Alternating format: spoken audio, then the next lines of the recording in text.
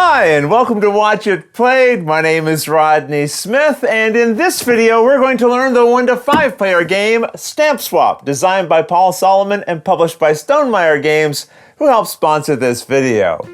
The stamp convention is about to get started, and you have 3 days to collect, swap, and present your finalized collection in hopes of earning the top prize. So, join me at the table, and let's learn how to play. To set up, put this game board in the center of the play area, adding this phase token to the collect space shown under Friday. Now find the contest cards, which have this back, and sort them into piles by their matching colored borders as shown on their fronts. Then shuffle each pile separately into their own face-down decks and draw 1 card from each, returning all the rest of them back to the box. Alternatively, you could shuffle the entire deck together and then reveal cards one at a time, keeping the first one of each unique type that you draw until you have a complete set of 5. So feel free to use whichever method you prefer. You now set the drawn cards face up into the matching spaces for them here on the board. Nearby, set this tray from the box, which contains all the stamps in their various sizes, and ensure that each section has been shuffled. The cards with these backs are known as events and attendees. Shuffle them each separately and set them nearby as well. Now randomly deal each person one of these player mats. We'll assume we have 3 players in this video, returning the others back to the box. The mats are all the same, except that each has a unique starting exhibitor effect in this corner. Every player also collects a reference card, 3 show tickets, and 2 scoring cubes in a color of their choosing. Keep one of your scoring cubes nearby, but set the other onto the 0 space of this score track on the main board. Now the person who most recently mailed something sets this first player token above their player mat. Or you can just pick someone randomly. And that's the setup. In Stamp Swap, you and the other players are attending a stamp convention where you'll be collecting different stamps, swapping them with each other to improve your options, and arranging them to be shared on the final day of the convention in hopes of scoring the most points for having the best collection. Now, before getting into the main rules of the game, I think it will help to understand the types of stamps you might come across. As you'll find shown on your player reference, the stamps come in 5 different colors of purple, yellow, blue, green, and brown, and 5 different themes: space, monuments, animals, flowers, and vehicles. Most stamps have a positive value in their corner here, but you'll also find what are known as canceled and faded stamps. Canceled stamps have wavy lines where the value should be, so these have no value. Faded stamps have a value, but it's negative. That said, both of these types still come from one of the color and theme groups. As we'll see, you'll be able to score points based on the colors, themes, and values of the stamps in your collection. An exception are 2 final types of stamps. Stamps with gold foil coloring are rare stamps. These don't belong to any color or theme group, not even a separate one of their own, but they do have higher values compared to other stamps. These are known as forever stamps. They're considered to have no theme, color, or specific value. So we know that most of the time, stamps have colors, themes, and values. Another factor is their shape and size. Each different stamp size has a unique back to further help you sort them. This here is known as a small square, and this is a large square stamp. This is a short rectangle, and this is a long rectangle. But be aware, many of the stamp tiles in this shape actually show 2 small square stamps, and that's how they should be treated in the game. These are not a single large rectangle. These are considered to be 2 small stamps. Having one of these is the same as having 2 separate small stamps. I'll also mention, even though forever stamps are a small square in terms of their actual shape, extra small, in fact, they're still not considered part of the small square-sized stamps. In fact, they are not considered part of any of the other shape categories. These shapes, sizes, colors, themes, and values will all come into play during scoring, which we'll learn about later. But now let's dive into the main rules. The game is played over 3 days, known as rounds, and there are 2 steps you must follow at the start of a new round. First, draw and reveal a number of cards from this event deck equal to the number of players, 3 in this case. Draw them one at a time, and as you do, overlap the text at the bottom of each previous card, so only the final one drawn is fully revealed like this. The effect it has printed here is immediately active, so take this into account during the current round. And we'll come back and see how this one affects the current round when it would apply. That said, the 3 events you drew will show the outline of various shapes and sizes of stamps, which you now take from the tray to put into a common pool. If the stamp's icon is white, you place it face up. If it shows the back of a stamp as its icon, you draw and keep the stamp face down, unseen. So as an example, these are the stamps that might be drawn if we were fulfilling the requirements of these 3 cards. And don't forget to include any forever stamps that are shown. The symbol on the far right of some event cards doesn't represent a stamp, but a card from this attendee deck, which we'd set face up with the stamps we drew.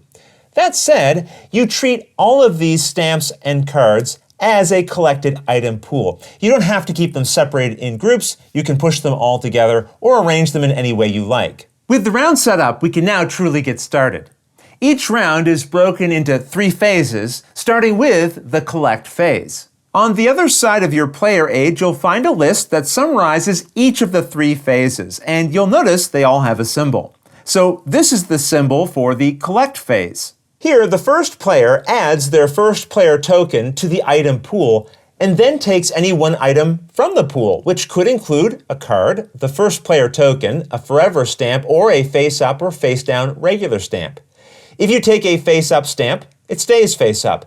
If you take a face-down stamp, after collecting it, you can examine it, but keep it face down so no one else can see what it was. The item you took, you then add to an empty space here in your daily collection, and which space you add it to makes no difference at all. Now don't forget to keep an eye on the event cards you drew for this round, as the fully visible one will have a printed effect you must be sure to follow. We see the symbol for the collect phase here as a reminder of when this effect takes place, and it tells us that during the collect phase we score 2 points if we collect a face-down stamp. We just took one, so we'd gain 2 points, and anytime you gain points, you advance your marker on the track here. If you would ever reach 50 points, put your other cube here to show that you've banked that many so far, and then continue collecting points from the start of the track again. If you would reach the end once more, then advance this marker to the next space and continue from the start of the track again, and so on. Okay, so during the collect step, starting with the first player, they'll put their first player marker into the item pool and then take any one item from the pool. After, the next player takes any one item from the pool, and then the next player does, and around the table you'll go until each player has collected 6 items. That's the purpose of these spaces. They help ensure you don't collect any more than 6 items. And I should point out, if you collect a card labeled as a specialist, it will have an effect in this area which you can immediately take advantage of when it would apply as soon as you have it. For example, this one says that at the start of each of your turns during the collect phase, you can take a look at a face-down stamp in the pool before you make your selection. When an effect lets you view a token, you get to examine its face, but you keep it hidden from the other players. I'll point out, if instead of viewing an item, an effect tells you to reveal it, that means you flip it face up for everyone to see. All right, with that understood, let's continue. Once everyone has their 6 items collected, it's time to move on to the next step of the round called the swap. Here you gather all of your daily items together and pick any one of them to add to your reserve here. As we'll see, you won't be able to keep every item you collected during the collect phase, but the item you put into your reserve cannot be taken from you. So adding it there ensures you'll keep it. As it says in the reserve area, you can't put a rare stamp there even if it's face down and the other players wouldn't know it's rare. So instead, maybe I'll just put this specialist card here. After picking an item for your reserve, you split the rest of your items into 2 piles above your mat. Each pile must have at least 1 item in it, and any face down items you collected must stay face down. If you collected the first player token or any attendee cards, they must also be assigned to the piles as well, not just the stamps. Maybe I'd end up creating 2 piles like this. Once everyone has finished creating their 2 piles, the person who currently has the first player token, even if it's in one of their piles, now picks any player other than themselves and collects one of the piles at the top of that player's mat, putting everything there below their own mat. And if there's any face down stamps in that group, they flip them face up. The player they collected a pile from now moves their remaining pile below their own mat, flipping all tokens face up. Then that player that was taken from now gets a turn to pick any player, collecting one of the piles above their player board and putting those below their own. Then the player they picked keeps the remaining pile, putting it below their board. Then they would get to pick another player's pile, and so on. So that's the swap process. The first player takes a pile from above any other player's mat. That other player collects their remaining pile and then picks any other player to collect from, and so on, with each player getting only 1 turn to make a choice until there are no piles remaining above any player's mat. Let's go back to the point in our original example where this player had already picked a pile from the player here, and now it's this player's turn to choose a pile. And let's say they choose this player and the pile here. This player would then put their remaining pile below their own board, and normally, because they were just picked, they would now get to choose a pile. But they already had a turn during this phase, so you go counterclockwise from them until you get to someone who hasn't made a choice yet, and then they go. Now sometimes the player remaining will be the only one with piles left in front of themselves. And if so, they won't be able to make a choice. No other players have piles above their boards. And in that unique case, they must move both of their piles below their mat. This is the only situation where you'd get to take your own piles. Be aware, if you have a specialist anywhere in your play area with an effect related to the swap phase, then you can benefit from it, even if it's above your board or below your board or beside your board. However, if the effect is resolved when you choose a pile, it won't happen if you were forced to take both of your own piles. Since you didn't get a choice, that was your only option. While we're here, I'll also point out that some effects let you draw and reserve a stamp if you meet certain conditions. If so, you draw any one you like from the supply, except for a forever stamp, and add it to your reserve. Remember how I said you cannot reserve a rare stamp? Well, that's true unless you gain one as part of a draw effect like this. In that case, the stamp goes into your reserve and can be rare. All right, once every pile that began above the player mats is below them, you move on to the show phase. There are a couple of steps to this phase, but players don't take turns here. You resolve this phase at your own pace. And if you finish early, you just wait for everyone else to be done. First, all items in your reserve are moved below your mat to join everything else you have there. Now, if you had gained any exhibitor cards during the swap, place them in a row beside this exhibitor area. If you gained any specialists, add them to this specialists area. There's no limit to how many of these cards you can have over the course of the game, so as you gain new ones, just continue extending these rows.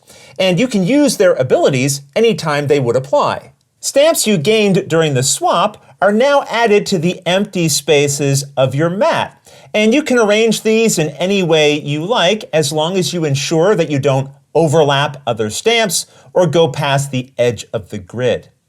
The stamps must always be set so they're upright, which means their value, or cancellation mark, will be displayed in their top right corner. You can move and rearrange stamps you collected this round while making decisions, but any stamps you have from a previous round cannot be moved. In other words, the decisions you finalize about placement during a round will last for the rest of the game. Now, why you might want to put certain stamps in certain areas will make more sense as we learn more of the rules. But once you've finalized the placement of your new stamps, it's time for you to score your mat. The steps you'll follow for scoring are shown here on the board, so let's go through them together right now. For demonstration purposes, I've added some additional stamps to my mat. First, check any exhibitors you have on your mat or beside it. This is the symbol for points, so this exhibitor earns me 1 point for every space stamp I have on my mat. And this means I also gain 1 point for every purple stamp I have. So I'd earn 1, 2, 3 points for space stamps and 1, 2 more points for purple stamps, and I'd adjust my score accordingly on the main board. If you're currently in possession of the first player token, it has the symbol for this show phase of the round as a reminder that the player who has the first player marker at this time now earns 2 points. Finally, you pick any one of these 4 contest cards that doesn't already have one of your ticket tokens below it, and then add one of your tickets there and resolve its effect. Well, more than one player can have their tickets under the same contest. Each player can only pick each contest once. So as the white player during the next round, I'd have to pick one of these other ones. We're not going to go through every contest card in this video, as how they work is printed on them, and you'll find extra details in the rulebook if you have questions. But I'll cover the ones we have here, and to help explain them, I'll set up some custom examples. This effect means you'll score 2 points for every stamp on your mat with these canceled wavy lines on them. This contest lets you pick any 2 colors and then score 2 points for every stamp showing those colors anywhere on your mat. And the colors someone else might pick when resolving this contest does not affect what colors you can choose. So I'd probably pick purple and yellow, since those are the 2 colors I have the most of on my mat. And remember, rare stamps do not count as a color or theme for scoring purposes. So I couldn't choose these.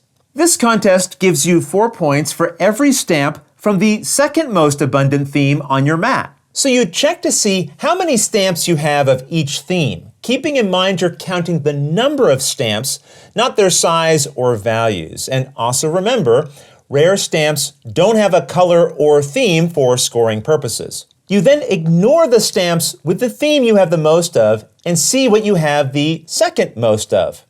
In this case, we have the most in the space theme with 1, 2, 3, 4 stamps. And the theme I have the second most of is animals with 1, 2, 3. So I'd earn 4 points for each of those, or 12 points total. If you have a tie for the most abundant theme on your mat, like I do now between space and animals, treat either of them as your second most abundant and score those. So in other words, my second most abundant would be made up of 4 stamps, or a total of 16 points.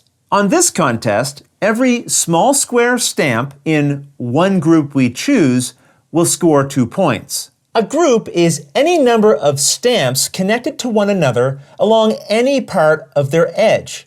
So these stamps are all part of a group. This stamp isn't a part of their group because it only touches on a corner. A stamp can be a group of 1, so this would be its own group, and so would this. And here we have a group of 2 stamps and another group of 3. With that understood, I've rearranged the stamps on my mat into a central area just to further emphasize that with this contest, we're looking for one group of small squares. So while all 1, 2, 3, 4, 5 of these small squares are technically within a single group of all of these stamps, for this contest, we need to examine groups of small squares. So to be clear, this is a group of 3 small squares, and this is a separate group of 2. The 5 small squares aren't connected to each other as a group. They would be if this stamp had been here. And remember, forever stamps are not considered small squares. But these small squares that appear together on the same tile are. So I'd pick this group with 1, 2, 3 small squares and score 2 points for each. And notice that although we've been saying rare stamps don't count their theme or color for the purposes of scoring, you do count them for their shape or size, like we did in this case. As I mentioned, if you have questions about other contest cards, you'll find more details in the rules. But after you've scored your chosen contest card, your show phase is done, and now you just wait for everyone else to finish. The game does offer a variant here where players can wait and resolve the contest scoring together one after the other, starting with the first player and going in clockwise order if they like. Either way, once everyone has finished their show phase, the day, or round, is over. If you find it helpful, you can move this marker along the track here as you resolve each of the round's phases. And when you've completed a round, return the top event to the box. Any other cards left over here are then shuffled into the event deck.